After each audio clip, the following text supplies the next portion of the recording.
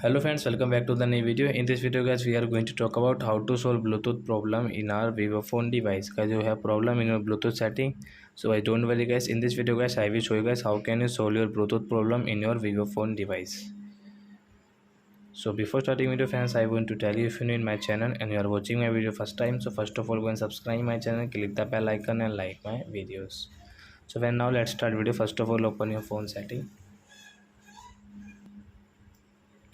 Then guys, scroll it to solve your Bluetooth problem. Then guys, you can see your phone system settings. So guys, tap here. Guys, click on reset option, and guys, click on first one reset setting. Then guys, you can see your Bluetooth setting. So guys, tap on reset, and guys, you can see confirm your pattern.